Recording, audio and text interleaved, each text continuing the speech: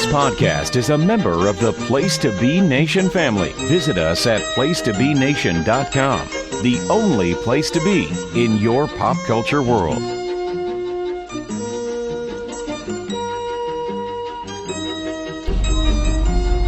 Jeff learns wrestling. Jeff learns wrestling. Jeff learns wrestling. Yes, Jeff is learning wrestling tonight. This is the Professor JT with a new episode of Jeff Learns Wrestling on the go, mobile. We're in the car on the way back from Brooklyn. We're actually in Connecticut, just passing Scott Criscolo's exit, so it's all very fitting. With me is Jeff. Hi. Hey, Justin. I just want to say that I wanted to stop and say hi to Scott. And Justin said, no, it's a waste of time, and he's probably asleep because he doesn't have a life. I didn't say any of that, but that doesn't mean it's not true. So we're bringing you this very special episode because it was Jeff Machado's first ever pro wrestling event live. Now, you claim you went to one when you were younger, you think, right? I definitely went to something that my dad took me to, and he claims that it's WrestleMania. But it was probably in Providence, and if there's never been a WrestleMania in Providence, then it wasn't WrestleMania. It might have just been like some Saturday morning thing. Probably not even that. It was probably just like a house show. So yeah, I don't remember anyone like Hulk Hogan or somebody. So it was probably just like a normal house show, if you will. Yes. All right. So anyway, so we're gonna count this really as your first experience, where you're cognizant of what's going on. So this is my first live show and my first pod blast. Is this a pod blast? We'll see how long it goes. Okay. We have about an hour and 40 minutes left of car time, so we'll see how long we go. All right, I'm going to kind of hand this over to you for a minute. I want you to just tell me, like, your expectations going into the day. Like, what did you think this was going to be? Were you excited? Were you nervous? Were you thinking, maybe I'll like it? I don't know. Like kind of take me through, like, up until we kind of got to Brooklyn. All right, so if we're going all the way back until when you and Roger the Cowboy Morissette invited me, at first I was just like, this is not actually going to happen. I was like, yeah, okay, I'll go, because that's just something you say when someone says, hey, do you want to go to this? I feel like you guys planned this months ago, and I hate going to New York City, so I just kind of said yes, figuring that I'd back out at some point, or that maybe Jeff Learns Wrestling would be canceled by the powers that be before. Anyway, when it finally was like coming up, because I've been out of work and whatever, and I'm like, oh, I have no excuse not to go, then I was like, oh, great, I'm definitely going to go to a wrestling match with you guys in the city. And my first reaction was that I was nervous because I'm not a big city guy. Like, I've had to go to New York City a few times with my, like, hoity-toity friends and with my ex, who was, like, an artist, so she would take me to, like, galleries and shit. And it's just really overwhelming. I don't like the travel situation. I don't like the traffic. I don't like navigating things. I don't like people knowing just because of the kind of t-shirt I'm wearing that I'm not from New York City. I don't like that whole thing. And if you know me at all, you know that a lot of times I go to a different city and I end up getting into the emergency room and maybe arrested. So I was kind of nervous. But when you guys were like describing it to me, first of all, you know, like if you've listened to Jeff Learns Wrestling, you know that my knowledge has been like slowly growing, but very slowly. Like I was thinking like WWE. I don't know what NXT is. In fact, you guys kept saying it was an NXT type thing, and I didn't take the initiative to actually read up on what that meant. So I was just kind of like thinking of it as random letters in my head. And I think even a couple days ago, I texted you and I said, we're going to the DDT show. Yes, I do. So I thought that it was like named after Jake the Snake or somebody. So yeah, I don't really know. But Roger was like, you're going to love it. It's going to be great. And then you said, we're going to stop. First of all, you agreed to drive. So that immediately took a lot, because I'm always the guy that drives. I'm like a really good driver. So whenever I do a road trip, I have to drive. I have to navigate. I have to find a place. I have to make all the decisions about when we're stopping, when we're not stopping. So I was really happy to just show up at your house, and you're like, I'm going to drive. We're going to go to this German bar. We're going to get bratwurst. We're going to drink authentic German beer. So I was excited about that. And then, you know, we'll see what happens with the whole wrestling match. And yes, everything was great. And when we finally got to the restaurant, I really loved the environment. We got rained on. We did get rained on. That was unexpected because it's only a 5-minute walk from where we parked to the restaurant, and then another 5-minute walk from the restaurant to the venue. By the way, I just want to give a quick shout out to Parkwiz. Maybe we can get them as a sponsor. But they did a great job. I booked this spot like 2 months ago for $13, and it was like maybe a 9-minute walk from Barclays. And even the guy this morning when we got there, who apparently wasn't on his shift yet, he got mad at us for having to do his job. But he was like, "How much did you pay for this?" And I got to put in the thing. And I'm like, "I don't know." He's like, "You don't know what the fuck you paid?" I'm like, "No, I don't know. I did it like 2 months ago, buddy." You just said $13. Oh, yeah, so I said 13. Well, I think it was like 13. I told him, and he just put 15 in the book. But yeah, so then that walk was we got rained on, and we went to the King's Beer Hall in Brooklyn. So go ahead. All right. So in case you are affiliated with the King's Beer Hall or with Parkwiz, Yes. Then we're helping you out. Unofficial sponsors of Unofficial JLW appreciates you guys. Yeah. So, we hung out there, and I still, up until several hours ago, I had no idea what to expect. So you guys gave me a brief history. You're like, oh, it's kind of like the D League of WWE. So it's a WWE league, but it's like the minor leagues or something, right? Yeah, kind but of. The interesting thing with it is it's the minor leagues, but it has a lot of like veteran and like really good wrestlers in there. They just have them go there when they sign them because they feel like they want them to learn a specific style, and that's like how to work in front of their cameras and how to do this. But then like that's what it started as. But then NXT started to become like its own little touring brand as well. So it serves a dual purpose in that it's prepping guys, but it's also this spot where they end up making money, and these events have become huge. Like TakeOver has almost become as big, if not bigger, than the show that it's corresponding to on the weekend. Like a lot of people like us came just to this show tonight and won't even go to SummerSlam like we're doing. We're driving home. We're not even going to SummerSlam. The whole weekend is usually a destination weekend. So this is the third TakeOver I've been to this year. I went to Philly before the Rumble. I went to New Orleans before Mania. And now this one, where we're not even staying for SummerSlam. The Cowboy and Mr. Flanagan we left them behind in Brooklyn. We just gave them the Irish exit on the way out of Barclays and said good luck. And so we're heading home. So, all right, so yeah, we're at the German place. We had some good meat. I had a kielbasa and then a sausage, and you had a bratwurst. We had a giant pretzel and some tater tots. What kind of beer did you have? Oh, I had a Pilsner, and I had a cream ale. Mm-hmm. They're both very strong and delicious. And I had my usual Schaffenhofer grapefruit beer. Yeah, you had this grapefruit beer, which was pink, and it was 3.2% alcohol, which for all you drinkers out there is less than a Coors Light. But it was perfect because I had to drive back home. So I'm like, I just want enough that I like the taste of the grapefruit. I get a little touch of a buzz. I drank 3 tall ones, though, in a pretty quick span. So I was feeling all right. And, I mean, you've also been drinking tequila in the car on the way there and now home. Yes, I have tequila in this awesome flask that was handmade by a ceramic craftsman from Western New York. So, I mean, I'm on the keto diet now, so I can't just put anything in a flask. And tequila is made from the agave plant, so it's actually healthy. So fuck you. But everyone's just laughing because I said you had a bratwurst and you had this cream lager and everything else. But yes, we're all ketoing here. Those are my cheat points for the week. Okay, all right. All right, so we walked over to Barclays. We met with Mr. D'Amato. Did a few laps around the arena. I got a shirt, and you started asking about the belts that were there. Or you said you saw people with the belts and you were asking what who buys a belt and what were your specific questions around the belts? Because then we walked over to the section that had the belts for sale.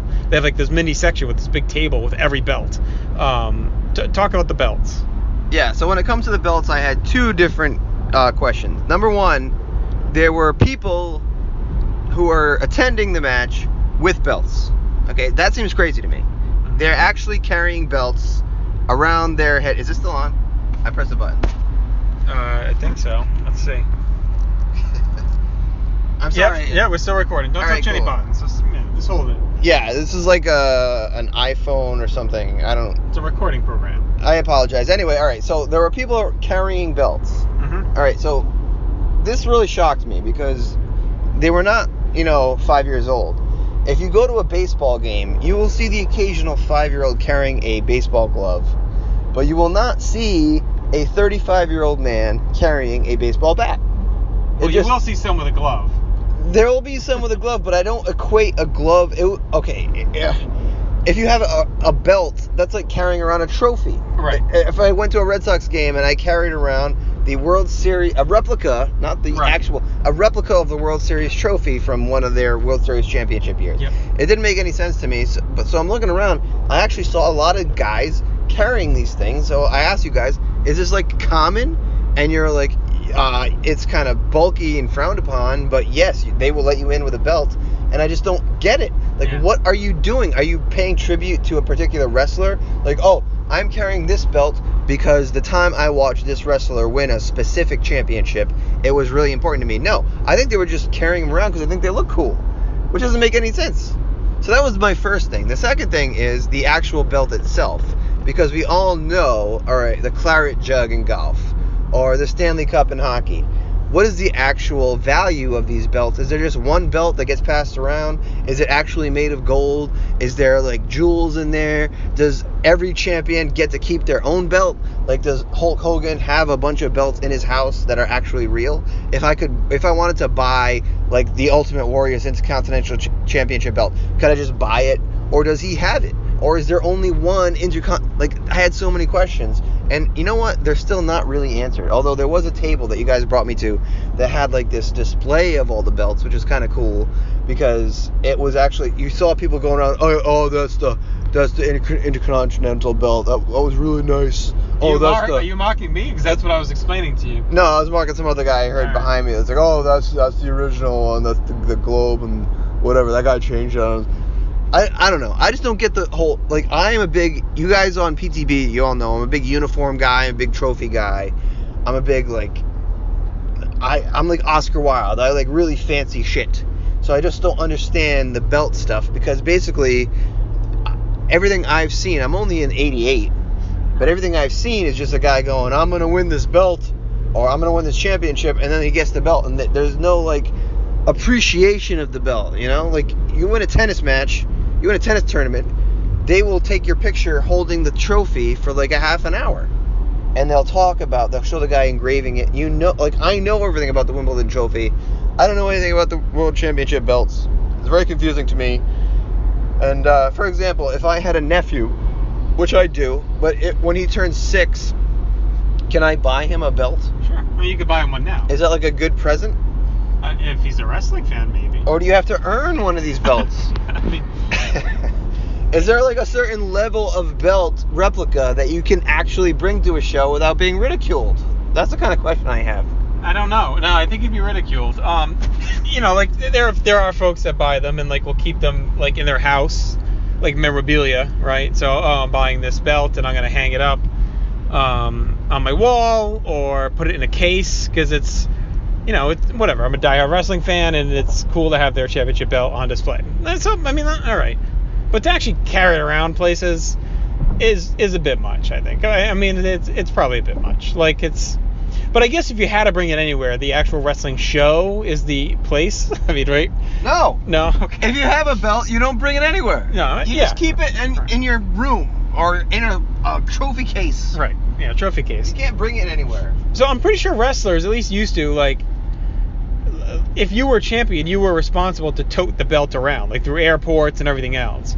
And then I'm pretty sure if you won it, you were then given like a replica version that you would keep. Now, I don't know if you get it for every time you win it, or if it's just like once you win it, you get that replica and that's it. You know what I mean? If like Ric Flair. There's not one belt with all the champions' names engraved on it. Is that what you're saying? Right. What they actually do is some belts, like they'll take the little plaque off that has a name. Like, I don't know if you noticed in the video package for the main event, like they were showing them putting like the Ciampa plate on it.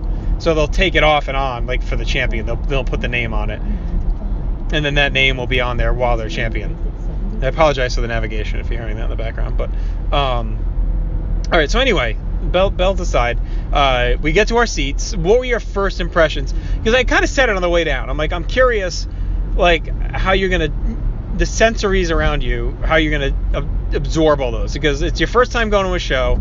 It's your first time seeing NXT. It's your first time being at Barclays. So, like, there's so many parts of things to take in. It's like you've never been around a crowd like that, which I had said, and you realize after, it's a very vocal NXT crowd, especially on a destination weekend like this. So, like, you had to take in the crowd, you had to take in the ring, the atmosphere, the seats, the arena. Like, what are you thinking as you come in and sit down and we're kind of settling in for, like, that half hour or so that we were there before the show started? Well, honestly, I thought it was really cool because it was like kind of a calm before the storm situation, and I'm looking around. I expected to see all these kind of like families. There's like no kids there. They're like all guys in their 30s. It is fascinating, and you told me at some point that it was going to get really loud. So, I have this whole brain situation going on. I was kind of scared that it was going to get too loud. It was going to hurt my head. But anyway, I'm like sitting there, I'm going, you know what? I don't know what NXT is. And there's going to be nobody here that I know. So how is this going to be interesting? Because when I would watch as a little kid, like the Saturday morning shows or whatever, I'd be like, oh, good, it's Razor Ramon. Or, oh, good, it's Undertaker. And they're fighting some Joe Schmo. But at least it's a guy who I know.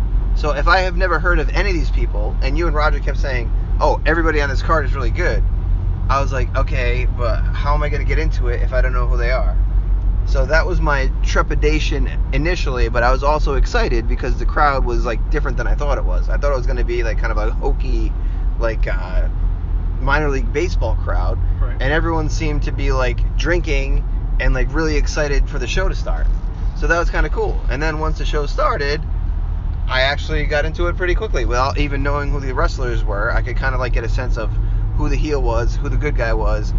And honestly, like the crowd participation really got me into a sort of a tickling my funny bone kind of situation because I didn't expect that at all. Like to see all these people just chanting and expressing thoughts like on a profound level with 4 syllables or less over and over again in harmony. Because we've all been in a situation where you're at a baseball game and you're like, all right, let's just start a chant because I want the people I'm with to have fun. Let's do like, I don't know, let's go Red Sox. And you go, let's go Red Sox, nothing. Right. Anytime there was anybody who chanted something, at least 100 people immediately chanted it with them. Right. It was awesome. So, what did you think of, like, all right, so let's get into the matches, and then we'll kind of do like an overview. So, you missed the first TV match because you went to get a drink or whatever. So you came back, and the first match you saw in the arena was Pete Dunne taking on Mr. Gibson there, the winner of the UK tournament. So, and I told you, I like Pete Dunne. I thought you'd like him, the bruiserweight. Were you into that match right off the bat? Were you still kind of gaining your bearings? This was pre-pay-per-view, so what were your thoughts on that one? Yeah, so I forget who he was fighting, but you had turned to me and was like, oh, this guy's really good, Pete Dunne. And then everyone's just like, bruiserweight. I'm like, okay, is that his nickname? Like, I know what cruiserweight is, because I'm a boxing guy, but I don't know. We were sort of sitting behind a crane, and there was like some things blocking. I'm like, all right, so this Pete Dunne guy, what is his thing? Like, what is his, I don't know. He has long hair. I couldn't really see what he looked like. And I'm like, what's going on with this match? And you're like, oh, it's the UK championship. Like, okay, that's kind of cool. They're having the UK championship in New York City. Mm-hmm. Sweet, I can get behind that. They literally have nobody who will go watch these guys wrestle in the UK. Fine. But as far as the two guys, I don't know. Like, I couldn't really tell the difference between the two of them. Okay. Obviously, the crowd liked Pete Dunne more than the other guy. Right. But, I mean, all right, so I missed the first match. I guess it was just like some girl match. Yeah. I'm sorry, some lady match. Yes. Some female match. Yes. And you were like, it's nothing, don't worry about it. So this was like my first match, and the one thing that struck me was that there was no talking. Right. That's like a big thing since we started our class, is all the talking. And you're like, oh, this guy's a big seller. He's a good actor. He's a good backstage. He's a good interviewer. He gets the crowd popping. There was no talking. They just started wrestling. So how am I supposed to like a guy or not? They're all doing the same thing. They're all just fighting. That was my first takeaway from it. And then also you were really talking a lot about like wishing the commentary was in the arena too. Like you had talked a lot about that. So did you get adjusted to that quickly, or like how did you deal with like it being quiet in the arena as far as commentary and just watching the show?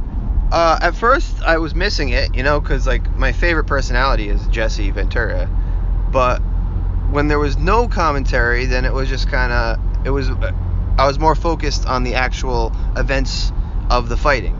And it was really cool, like, if someone got slammed, for example, you see a guy get suplexed on TV, sometimes it's cool, sometimes it's like, whatever, I'm gonna go get another drink. But it was like you could feel the energy of the crowd, because every time the guy hit the mat, there was, like, the mat was, like, microphoned or whatever. It was really loud, it was really intense. So we were kind of doing our own commentary. Or like I was making comments to you, and like I wasn't like necessarily watching to see what the person would say about like who was fighting dirty. Also, there was no manager. I noticed that from tonight. It was just like the two guys in the ring. There was no like who's gonna be the heel on the outside of the ring, fucking everything up by tripping them with a cane or some shit like that. So it was all just kind of like, oh, that was a good move, or that was a good move, or the crowd really liked that move, or the crowd really didn't like that move. It was kind of like I don't know, it was definitely very different. It was unique to watching it on TV for sure. It was very intense. Alright, so then the pay-per-view started, and we get to the opening match, which was Mustache Mountain taking on the Undisputed Era. You initially took to Mustache Mountain. You got behind them pretty quickly, and this was like really, that Pete Dunne match was good, but this is like probably the first great match now you've ever seen live. It was really, really good. So what were your thoughts? Like, you didn't know either of those teams. You're just settling in, and you seemed pretty entranced and into the match as it went along. And like there were a few times where you kind of, I saw you shift in your seat or sit up and were like, whoa. It's like, what are your thoughts as like that's unfolding? Like, knowing you're seeing like just a really good match live for the first time. Yeah, I was rooting for Mustache Mountain because their name is Mustache Mountain, and they have mustaches, and obviously my big thing is like sex, and it's like a lot of sexual jokes you can make about a mustache. But yeah, I thought it was great. I thought they were both like going at each other pretty good. There's a lot of great moves. My favorite move was like one of the mustache guys jumped through the ropes to the floor area and knocked out a guy. But alright, so the Pete Dunne match was good. I feel like you're underselling my enjoyment of that match. I just didn't really know. I didn't really get a sense of Pete Dunne being that great. First of all, he had long hair. The other guy was bald, and there was no hair pulling. Mm-hmm. You watch a lady match. They're pulling each other's hair. The guy's got long hair, and the crowd loves him because he has long hair. Let's face it. Like everyone's like, oh, Pete Dunne this, Pete Dunne that. He's great. He's just good looking. That's why everyone likes him.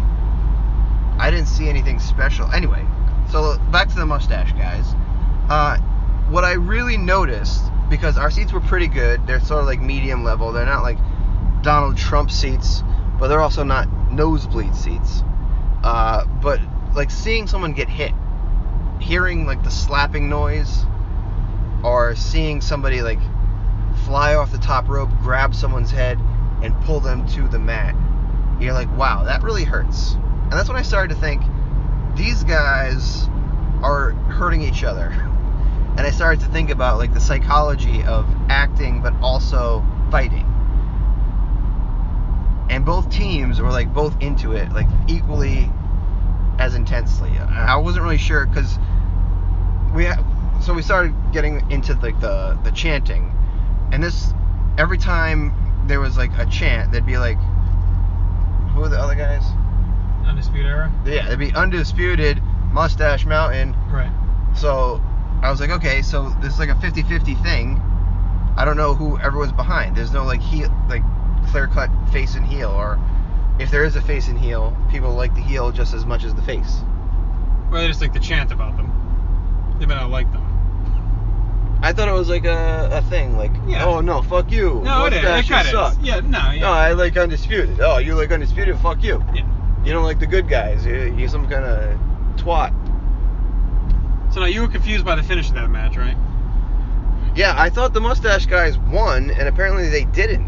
And I really can't wait to watch this because in my head, what happened was the big fat mustache guy got knocked out, and then the skinny mustache guy went over the top of the rope and pinned the other undisputed guy. And then everyone went crazy, like, yeah. I'm like, oh, good, the mustache guys won, but then you're like, oh, no, they didn't win. Yeah. And then the War Raiders came out, and that was kind of a cool moment. What did you think of that? They beat up the champions. Well, I was very confused at this point because I was like, why are the guys who lost holding up the belts, and then these other guys who I've never seen before start beating them up? So they're like on Team Mustache? No. They just want to beat the champions up. They just out on their own. So they would have beaten up the other team if they had won too? Yes. Well, that's kind of a douchey move. No, they want the belts. Who even invited them? Nobody. If you want the belts, then you should get your own match. Yeah. I've always hated this about wrestling, this whole post-match stuff. Like, oh man, we just had a 15-minute match. We are tired. We are bruised. We probably have a concussion. The crowd's going crazy. We're holding up the belts, but then some asshole from the backstage comes and hits us from behind. Like, fuck you. Yeah. That is not cool. We don't need that. No, I mean, they're probably mad. They should be mad. Okay, so that was the best match of the night for you at that point. Obviously, it was only the second one. Next up was Velveteen Dream taking on EC3. So any thoughts on that one? Velveteen Dream. This was the first match where I was like, wow, the video intros are fucking amazing. Right. Like, I had never seen either of these guys before, and it didn't matter. Like, I was totally into the match just because of the video intro. And then I started to think, oh, who is behind making these video intros? Maybe I could get into this kind of work. Maybe, like, you and I could do, like, a video intro for Jeff Learns Wrestling, where, like, people are like, I don't know what this podcast is about, but this video segment is so great. Now we're going to listen to it. I think that could work. Anyway, Velveteen Dream. I thought he was pretty cool. But then this other guy, EC3, he has, like, a really nice body. Yeah, oh yeah. He's totally jacked. Like an Adonis. And I'm starting to wonder, like, how is he going to lose? And the answer is simple. He's only going to lose because people want the white guy to lose. And because the Velveteen Dream is a cool name. It is a cool name. Because, like, in any kind of fighting, in any world or set of rules, that guy's never going to lose. He should be, like, the champion. He is, like, 6'9", 375 pounds. Like Rick Rude fat levels. And he loses. It's kind of a bummer. I don't know. It kind of takes away some of the authenticity from me. How do you feel about it? So you're saying that it's not believable that Velveteen Dream would win that match? Is Not believable. Okay. Well, so is EC3 not in the top 1% then? No, he is in the top 1%. Okay. As his song states. Many times over. He is the top 1%. He's the top 1%. Yeah. I mean, Velveteen's... he's a better wrestler probably than EC3, but EC3's obviously got the look. But I guess, like, the top 1% of what? 1% Humans. of... Just humans. Well, then, all of these wrestlers are in the top 1%. If it's the top 1% of NXT wrestlers... Right. Then, yeah, you should never lose. Okay. I think he's just saying I'm in the top 1% in the world. world. Top 1% best looking people. Like, you and me are in the top 1%. Correct. It doesn't really matter who else is out there. Like, we're in the top 1% of good looking people. Correct. Yes. In the world. In the world. Yeah. As you can see by our picture on Jeff Learns Wrestling Facebook page that we took tonight. If you agree, like that picture on Facebook. If you don't agree, like it. So our next match was what you've dubbed your match of the night, and that was Adam Cole, baby, taking on Ricochet. So I indoctrinated you really quickly to the Adam Cole Bebe thing right before he came out, so you'd be prepared for it. Was it as great as I said it would be? Man, people fucking love saying that, and I'm like, this whole Adam Cole baby thing is like a really big, like, moment in my life, because I am just like, it's an epiphany. Simplicity is all it is. All you need is one little stupid thing. It's like, think of our favorite show of all time, right? Seinfeld. Mm-hmm. Any given episode of Seinfeld, we're talking about 22 to 24 minutes of content. And it was so simple. It was based around some stupid thing that happened to a couple people, or some stupid joke, yada, yada, yada, whatever. And it's like billions of dollars. People love it. They can't stop watching it. Adam Cole, baby. Jeff Machado, baby. Why the fuck haven't I come up with something like that yet? Yeah, I don't know. I don't know why. You should, though, because it's great. And, I mean, when we were in New Orleans, that was it. I mean, everywhere you walked was baby, like on the top of everything you say, baby. And it really is catching on. And the moment where he does it in the ring, that place was all, I don't think anyone didn't say it in that arena. The guys next to us, like, orgasmed all over themselves. Correct. They had t-shirts that said baby on them. Mm-hmm. And then it was like, Adam Cole, baby, Adam Cole, baby. And then he's just standing there. And everyone knows what's going to happen. Right. Everyone knows when the music's going to go down. They know what he's going to say. And then it's like, baby, I am so happy I spent money on this show.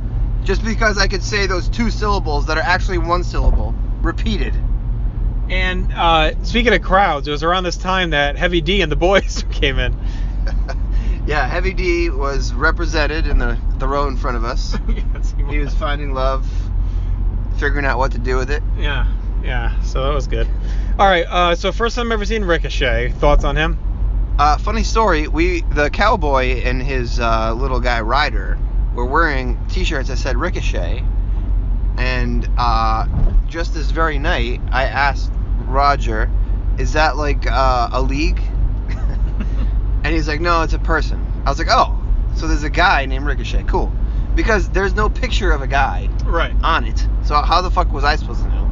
So this gives you an idea of like the extent of my knowledge. I never even heard of Ricochet until tonight. Right. And he's fighting Mr. Bebe, that everyone loves to say, guy.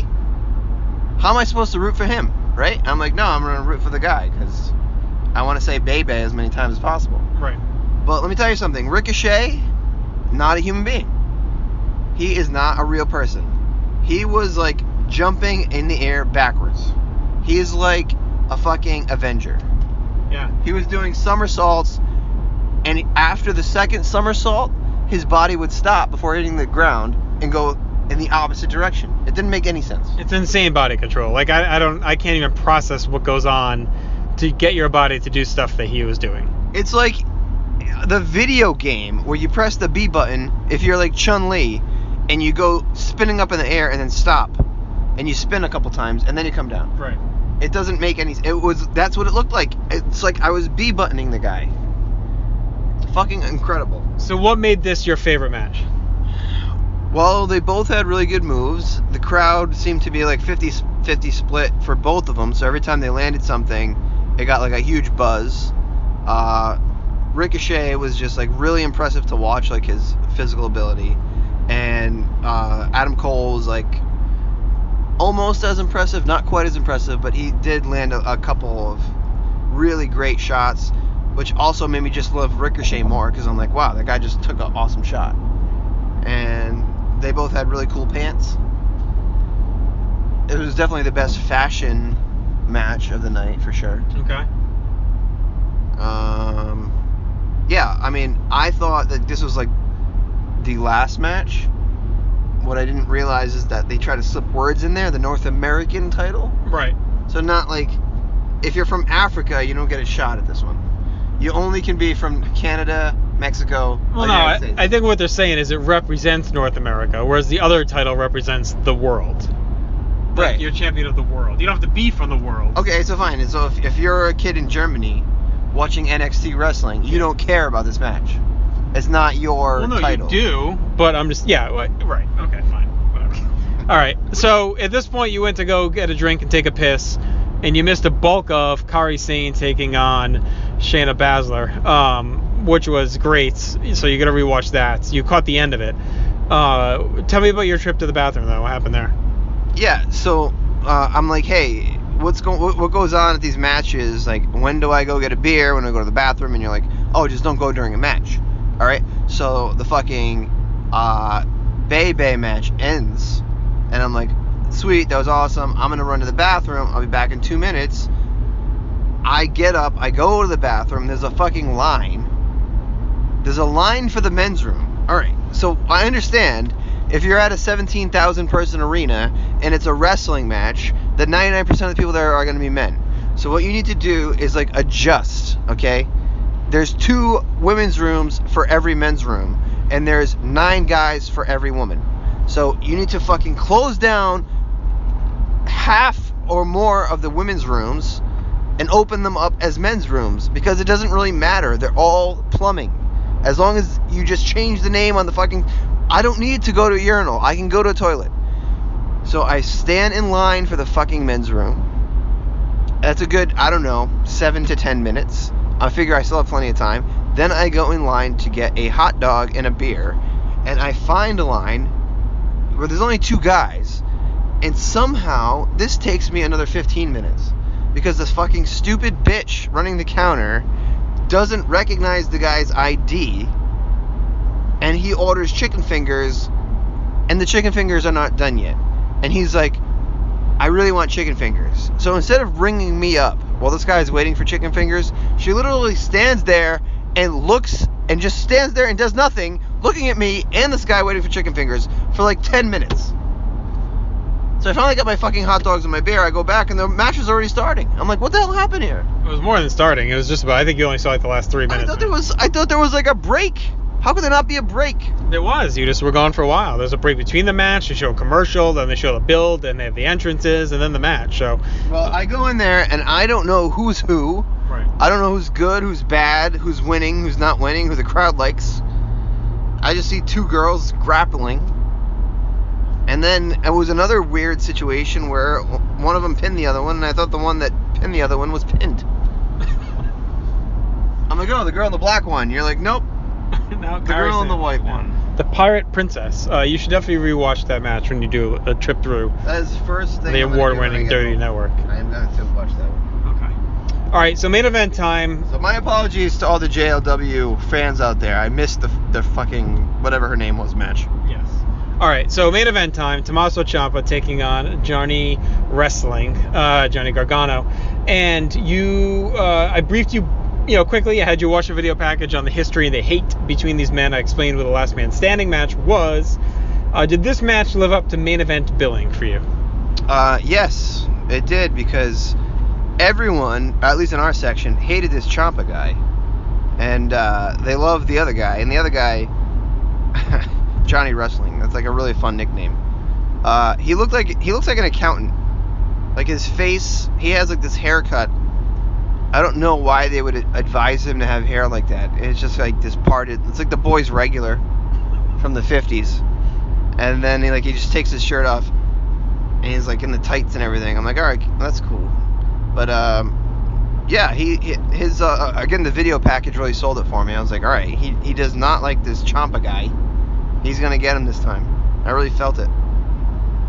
I really felt that guy, Gargano. Yeah.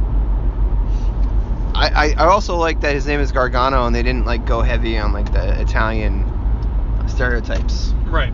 Because that's what I would have done. Correct. I would have had him like carry a pizza or something. Or some oregano.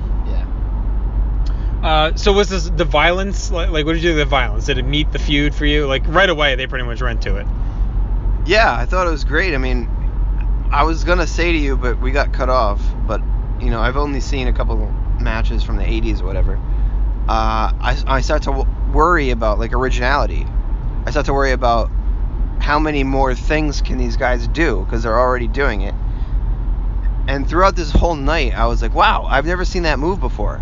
I've never seen a guy flip backwards and hit the other guy while he's on the floor with the back of his head. Things like that. I saw a lot of original moves, and this one being like the main match, there was a lot of original moves involving props. Like, I'm like, all right, how many times can you hit a guy with a chair? Or how many times can you hit a guy with a table? But you're waiting for a guy to get counted out in a 10 count, and the guy's like, the Italian guy, he's like, all right, he's out for a few seconds. Instead of me trying to finish him off, let me just go off the ring for a second here and set up 2 beer pong tables upside down on each other. I'm like, okay, now you sold me. Right. What's going to happen here? I've never seen this before. We've got a table on top of a table. And then they teased you for a while. Oh, yeah.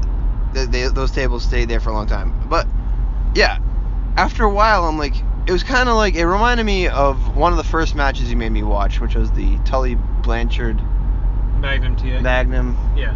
match with the, you got to give up. I'm like, no. If I'm a professional fighter, first of all, I'm not a professional fighter. I'm a mailman. All I do is deliver paper for a living. You got to do a lot to count me out for 10 seconds or to make me say I give up. The same thing with Tully Blanchard and the same thing with this match. I'm like, how are they possibly going to end this? No one is ever going to stay down for 10 seconds. Because these guys are fucking badasses, hitting each other with chairs and poles and jumping like off the ring and throwing each other into crowds and breaking crutches over each other's heads. This match is just going to go on forever until someone's dead.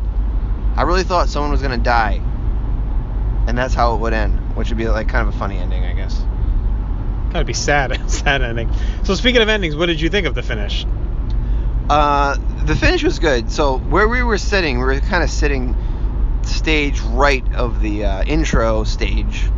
So the guy was like chained up to like the part where they come out. So we couldn't really see everything, but we could get a glimpse of it on the Jumbotron.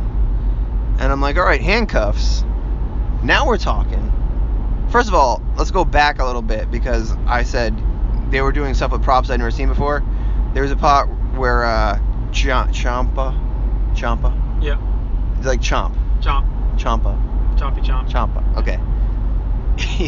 He's watching the guy on the mat, and he sits in the chair. Yes. That was probably my favorite moment. Okay, not someone getting brained or suplexed. My favorite moment of the whole night was a guy sitting in the chair just to sit in the chair. Right. Next to the guy who was on the ground. That was awesome. Anyway, what about the timekeeper getting wiped out? You like that too? The timekeeper getting wiped out was also great. I mean, he was up on the table, and that's like, I don't know, 400 pounds of man just coming right straight down. That was pretty cool. So yeah, check that out on the app. However the fuck you guys watch this stuff. I just steal Justin's. Anyway, the finish was cool. Handcuffs. All right, now we could have arms getting cut off. We could have all sorts of things happening, and it's just Charlie Brown. Again, it's like Adam Cole baby. It's all the simplest things win. Like, I'm lining up to kick your face in. The match is over, but whoa! I trip and I fall, and I lose. Just like Charlie Brown getting the football fucking yanked away from him. And the handcuffs costed him, right? Because the whole story of this whole thing has been that Gargano's like anger and hatred has blinded him, and he's gone a step too far, and it keeps costing him. Like, he didn't need to handcuff him there, or do the knee. Could have just cuffed him and smashed him with something. But the way he did it ended up costing him because he fell off the edge and couldn't get up, and then Ciampa just fell, but the handcuff kept him upright because he couldn't fall down because of the cuff. And it's a basic battle foible, just like James Bond villain.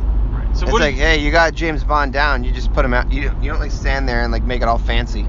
And now you were sad, which I thought was great because you had never seen either of these guys before. You had no idea of their feud. Yeah, but they brought me in right away. Right. And like all of a sudden, like I knew these guys. I just knew who they were, and I wanted that goddamn accountant-looking guy to win. And when we weren't even in the car 15 minutes, you were like, I'm real sad that Johnny Wrestling lost. And I said, well, that's good. I know. His name is Johnny Wrestling. And you were like, you even kind of, all right, so they had the video thing, but even you said, if Gargano wins today, it'll be like kind of a huge deal. Right. Because he's like, he never quite wins. I was like, oh, I love the guy who never quite wins. That's like me. Right. That he lost. It's in every man. The whole crowd was dejected. They were so like high up. It was very quiet with leaving there. They were like, fucking kidding me. This Ciampa. Yeah. It's a hard name to remember. Yeah. All right. So overall in the night, you obviously enjoyed yourself. Did it help engage you more as a wrestling fan? Like, are you more hooked now than you were 8 hours ago? Yes. I don't want to watch the WWE Network anymore. I want to go to everything live. You can do Why both. can't there be Why do they have to have like a traveling schedule? Why can't they all just be in one place? Well, Monday Night Raw is coming to the Dunk soon, in October. Like one episode or like a series of episodes? One episode. So like one night on a Monday night, they'll be there. All right, I'll go to that, I guess. Okay, all right. There you go. He'll go, he guesses. All right, so, but it was the whole day. Was it a great day? Like, did you really enjoy yourself? Or did you think, wasn't what I expected, good or bad? Like, just, final thoughts on just the day itself. This is the best day of my whole life. Whole life? Yes, I woke up at 9 o'clock. I made coffee. I fed my dogs. I filled my flask with tequila. You just picked me up. We drove like a ridiculous distance in traffic, and we watched an amazing event that I never would have watched and on any other day. I would do this every day. Like, people always say, if you won the lottery, what would you do? I have two answers now, okay? My first answer is I would go to a really fancy spa, because I went to the spa at Foxwoods last week for my sister's birthday. Mm-hmm. If you guys have never been to a spa, treat your fucking self, okay? Go get a massage, get a pedicure. You go to the hot tub. They give you a terry cloth robe. You can go in the pool. You just hang out there all day. It's fucking amazing. The second thing I would do is I would go to wrestling matches. Mm-hmm. Wrestling matches and spa treatment. It's like my ideal fucking day. It's crazy. These people are nuts about wrestling. I can't believe it. They love it. They love/hate all these wrestlers with like super passion. It is very passionate. Well, I'm glad I got to be the one that brought you to the show. I'm glad you had such a good time. All I kept thinking about is, what if this was WrestleMania? Right. Like, what if Hulk Hogan was down there in the ring, like 40 feet away from me? What if that was fucking Hulk Hogan or Randy Savage? My head would explode. Is what I think would happen. I don't know. Probably would. Especially since Macho Man's dead. Like, if he was in the ring tonight. Well, I think everyone's head would we don't have to go there. I know. All right. So I'm glad we had this experience together. I'm really glad, because I messaged you the other night, and I said I was excited but nervous, because I'm like, if you don't like this, I don't think like you're gonna get into modern wrestling, because it's better than what WWE presents on a regular basis, and this is kind of peak what they offer. And yeah, there's indie shows and local shows we can go to and get into, but I think if you didn't like this, it was going to be tough to say, all right, maybe we just stick with the old stuff. So I was real happy that you enjoyed yourself and that you were so excited about it. And I assume you want to continue your Jeff Lynn's wrestling journey. I gotta be honest, when you texted me that, I was hoping I wouldn't like it. Really? I was hoping that I would hate it, because now I have to watch all this shit. Right. We're gonna have to watch every WrestleMania through all the 90s. Now I gotta know. Everyone kept talking about Roman Reigns. I love Roman Reigns. I hate Roman Reigns. Now you have to find out who Roman Reigns is. Okay. So on the one hand, yeah, I had a really great time. Thanks for inviting me. On the other hand, what the fuck? I have all these other things I should be doing with my life, and now I'm super interested in modern wrestling as well. So thank you, honestly and sarcastically, Justin. Well, only honestly, you're welcome, my friend. I had a great time. It was a lot of fun, a lot of laughs. Well, hopefully we'll do this again soon, but at the very least, I'm going to try and get you to watch more stuff, and we'll talk about it when we can. So check out everything we got on the Pro Wrestling Only feed, the PlayStation Wrestling feed, PlayStation Pop feed. I'm going to go because we still have an hour left of driving, and it's been a long fucking day, and I'm tired of talking. So everyone, thanks for listening. Hopefully you enjoyed. I don't know if this is quite a pod blast. No, we've gone 50 minutes, Jeff, so I'm going to call it an actual podcast. I still have not done a pod blast. You have not. I'm a pod blast virgin still. Yeah, this is an actual podcast. So hopefully you enjoyed this. More to come. Everyone take care. All right. Wear your seatbelt. Driving fast now. Good night, guys.